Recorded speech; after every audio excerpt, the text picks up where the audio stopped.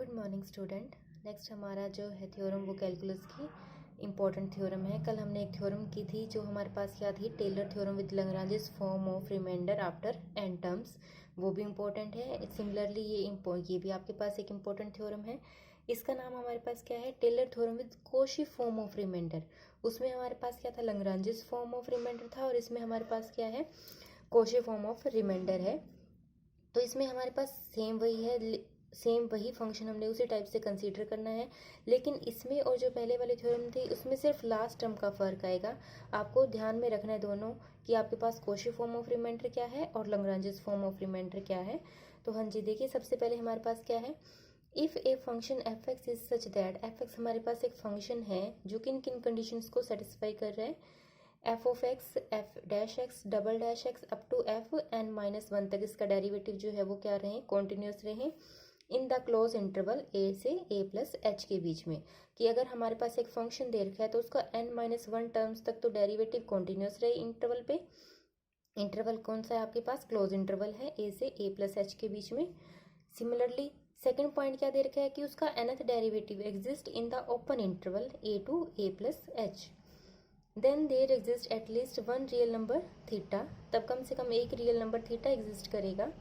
Theta जो है आपका 0 से 1 के बीच में लाई करेगा। सच दैट फंक्शन जो है वो कैसे कंसीडर करना है आपने, जो प्रूव करना है वो कैसे होगा, देखो F of A plus H किसके इक्वल होगा, इसे हम एक्सपेंड कर रहे हैं, F of A plus H बाहर, एफ डैश ए, फिर नेक्स्ट स्टेप में क्या आएगा, S square by 2 factorial F double dash A इस अकॉर्डिंग। ठीक है, तो हमारे पास एन टर्म कुछ ऐसी बनेगी, एन से पहले वाली टर्म क्या आएगी, एन माइनस वन आएगी। तो जैसे जैसे एच की पावर बढ़ती जाएगी उसी अकॉर्डिंग आपने करना है।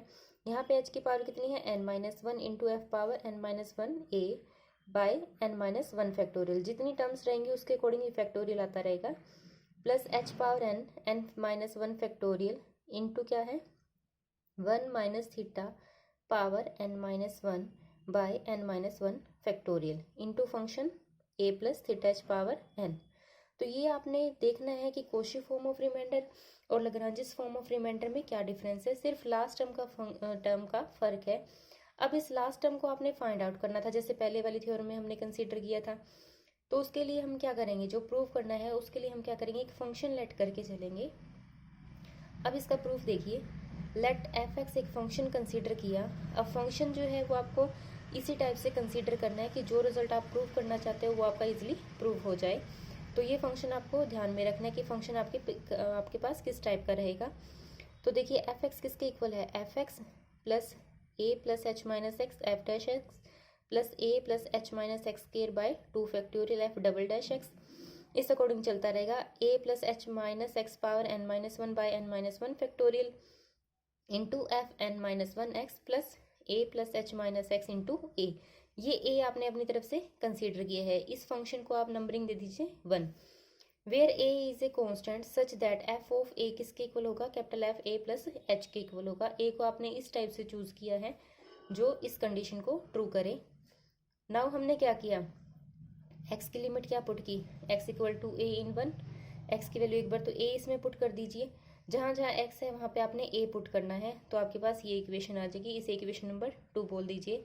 सिमिलरली फिर हम क्या कर रहे हैं, एक्स की लिमिट कौन सी पुट कर रहे हैं, ए प्लस एच इन वन। दोबारा से एक्स जहाँ पे भी आ रहा है इस इक्वेशन में वहाँ पे अब आपने एक्स को क्या पुट करना है, ए प्लस एच। तो ए प्लस एच पुट करने से आपके पास ये इक्वेशन आ जाएगी। ठीक है, तो capital F of A plus H किसके इक्वल आ जाएगा, small F of A plus H के। ठीक है, इसे इक्वेशन नंबर 3 बोल दीजिए। तो यहाँ से आपके पास ये कंडीशन आ गई। ठीक है, नाउ हमारे पास गिवन क्या था, सेकंड पॉइंट के अकॉर्डिंग हमारे पास क्या था कि F of A plus H किसके इक्वल था, एफ ऑफ ए के इक्वल था। ठीक है, ये हमारे पास कंडीशन आई। हाँ जी, यहाँ से देखो ये हमारे पास क्या फॉर्म बन रही है, f of a equal to f of A plus h था, तो वो हम लेके चल रहे हैं। इसका मतलब ये दोनों इक्वेशंस क्या आएंगी, इक्वल आएंगी। इक्वल आने का मतलब क्या है कि ये जो राइट हैंड साइड है वो किसके इक्वल आएगी, इसके इक्वल आ जाएगी। ठीक है, तो नेक्स्ट हमने वही पुट किया है, इन दोनों इक्वेशंस को कंपेयर करके small F of A plus H किसके इक्वल आ गया, इस एक्सपेंशन के इक्वल आ गया फ्रॉम इक्वेशन 2 एंड 3। 2 एंड 3 को आपने क्या किया, कंपेयर कर दिया। ठीक है, कंपेयर करने के बाद इसे इक्वेशन नंबर 4 बोल दी। अब यहाँ से हम एक्चुअल में करने क्या जा रहे हैं, पूरे रिजल्ट में जो आपने फंक्शन लेट किया था उसमें लास्ट टर्म में आपने एक कांस्टेंट को चूज किया था, उस कांस्टेंट की आपने वैल्यू फाइंड आउट करनी है। हाँ जी, तो नेक्स्ट स्टेप में देखो हमने क्या किया। नाउ रोल्स थ्योरम के अकॉर्डिंग कंडीशंस चेक कर रहे हैं। अब ये जो डेरिवेटिव है n-1 तक फंक्शंस के, वो कॉन्टिन्यूस दे रखे हैं क्लोज इंटरवल पे, ठीक है। तो जो आपने फंक्शन लेट किया था उनकी प्रोडक्ट इन्हीं से थी।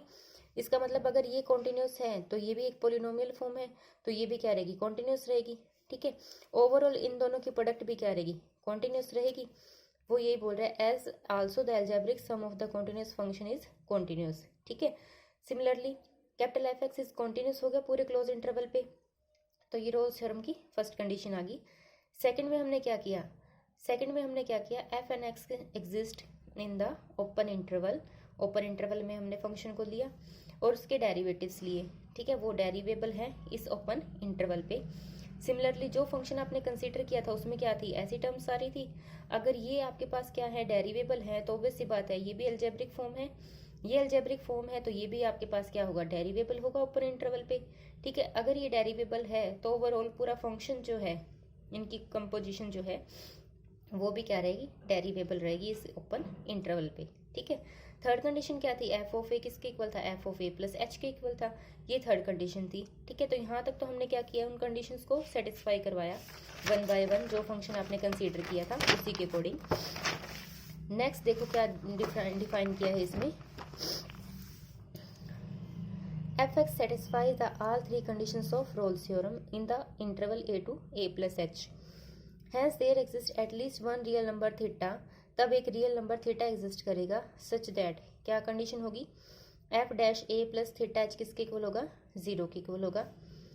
Differentiating both side of one with respect to x, अब जो आपने इक्वेशन फर्स्ट कंसीडर की थी उसको आपने क्या करना है, सेम डिफरेंशिएट करना है वन बाय वन, ठीक है। अब डिफरेंशिएट कैसे करोगे, आपके पास वहाँ पे जो फंक्शन था, जो गिवन पॉलिनोमियल आपने लिया था उसमें 2 टर्म्स थी, तो वहाँ पे आपने क्या करना है, u इंटू वी से सॉल्व करना है। ये सारा u इंटू वी से सॉल्व किया हुआ है, आप देख लेना कि कैसे आपके पास फंक्शन आ रहा है और आपने उसे u इंटू वी से डिफ्रेंशिएट किया, और कुछ भी नहीं है, सिर्फ डेरिवेटिव कर रखा है, ठीक है। और हमने क्या किया, एफ डैश एक्स जो था, अब यहाँ से आपने देख लिया टर्म्स जो कैंसिल आउट होंगी, देखो एफ डैश एक्स ये रहा पॉजिटिव, ये नेगेटिव, तो ये इससे कैंसिल आउट हो जाएगा, ठीक है। सिमिलरली हमारे पास क्या थी, A plus H minus X double dash X था, ठीक है। यहाँ से ये 2 इससे कैंसिल आउट हो जाएगा, ये इससे कैंसिल आउट हो जाएंगी टर्म्स, तो इसका मतलब फर्स्ट थर्ड से कैंसिल आउट हो रही है, सेकंड जो है वो फोर्थ फिफ्थ से कैंसिल आउट हो रही है। इस अकॉर्डिंग ये सारी टर्म्स आपस में क्या हो जाएंगी, कैंसिल आउट हो जाएंगी। कैंसिल आउट होने के बाद एक तो सिर्फ आपके पास कौन सी बचेगी, लास्ट टर्म बचेगी, ये वाली टर्म बचेगी, ठीक है। तो ये वाली इससे पहले वाली भी कैंसिल आउट हो जाएगी इससे, ठीक है। वो आपको पता लग जाएगा एक सीक्वेंस कैसे क्रिएट हो रहा है, कि ये टर्म इससे कैंसिल आउट हो रही है, ये टर्म इससे कैंसिल आउट हो रही है, इससे बाद वाली टर्म जो है वो इसको कैंसिल करेगी, इसका मतलब ये लास्ट वाली टर्म जो है वो इससे पहले वाली टर्म से कैंसिल आउट हो जाएगी। तो इसका मतलब एक तो ये टर्म बचेगी और एक आपके पास ये कॉन्स्टेंट बचेगा, ठीक है। तो वो आपने एफ डैश एक्स की फॉर्म में लिख लिया। नेक्स्ट हमारे पास क्या है, अब आपने एक्स को क्या पुट करना है, ए प्लस थीटा एच, क्योंकि हमने ये कंडीशन लेके आनी थी जो आपने थीटा रियल नंबर एग्जिस्ट करवाया था, ठीक है। तो एक्स को यहाँ पे आपने क्या पुट कर दिया, ए प्लस थीटा एच, जहाँ पे भी एक्स आ रहा है वहाँ पे आपने क्या किया, ए प्लस थीटा एच पुट कर दिया। पुट करने के बाद देखो यहाँ से ओवरऑल ए से कैंसिल आउट हो जाएगा, एच आपके पास ये रह जाएगा, एच कॉमन आ जाएगा, एच की पावर कितनी आएगी बाहर, n-1, ठीक है। बट हमारे पास गिवन क्या था, जो थीटा आपने एग्जिस्ट करवाया था वो आपके पास क्या था, इक्वल टू 0, इसका मतलब ये पार्ट 0, और ये वैल्यू जो थी ये किसके इक्वल थी, इसके इक्वल थी, इसका मतलब ये पूरी की पूरी वैल्यू जो है वो किसके इक्वल आ गई, 0 के इक्वल आ गई, 0 के इक्वल आ गई। तो इसका मतलब क्या, राइट हैंड साइड में ए को शिफ्ट कर दीजिए, ए की वैल्यू आ जाएगी यहाँ से, ठीक है। ए की वैल्यू आने के बाद आपने क्या किया, putting this value of A in equation 4, जहाँ पे आपके पास ये रिजल्ट आया था, फोर्थ इक्वेशन आई थी, वहाँ पे आपने क्या करना है, ए की वैल्यू को पुट कर देना है। ए की वैल्यू पुट करने के बाद आपने इसे बस सिंप्लीफाई करना है और कुछ भी नहीं करना, तो ये हमारे पास फाइनल रिजल्ट आ जाएगा। मेन जो था इस थ्योरम का वो रिजल्ट क्या था, कि आपने एक फंक्शन लेट किया, उसमें आपके पास एक कांस्टेंट आप अज्यूम करके चले थे कि आपके पास ए जो है वो इस टाइप से है जो रोल्स थ्योरम की कंडीशंस को सेटिस्फाई कर रहा है।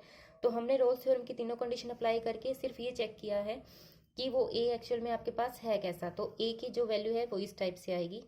एक बात ध्यान रख लेना कि जो आपके पास कोशी फॉर्म ऑफ रिमाइंडर है और जो फर्स्ट हमने थ्योरम की थी Lagrange form of reminder after n terms, उसमें सिर्फ लास्ट टर्म का फर्क है। बाकी मेथड भी सेम है, लिखने का वे भी सेम है, कंडीशंस भी सारी सेम आएंगी, बस जो पोलिनोमियल आप लेट करके चलोगे उसमें लास्ट टर्म का फर्क आएगा। ठीक है, अब इसी पे बेस्ड एग्जांपल है। देखो अब एग्जांपल आपने कैसे करने हैं, एग्जांपल जो है वो आपने लास्ट टर्म के अकॉर्डिंग चेक करना है कि आपके पास क्या आ रही है। अब हमें प्रूव करना है for every value of x, sine of x का एक्सपेंशन जो है वो ये दे रखा है और ये लास्ट टर्म ऐसे दे रखी है। ठीक है, अब इस लास्ट टर्म के ऊपर डिपेंड करता है कि आप यहाँ पे कौन सी थ्योरम अप्लाई करोगे, तो वो आपने देखना है कि रिजल्ट आपके पास कैसा आ रहा है। ठीक है, तो देखो फंक्शन आपके पास क्या था, साइन एक्स था। अब हमें ये पता है साइन एक्स का nth डेरिवेटिव तो वो ये था x plus N pi by 2। ठीक है, अब हमने इवन ऑड के अकॉर्डिंग भी चेक कर लिया।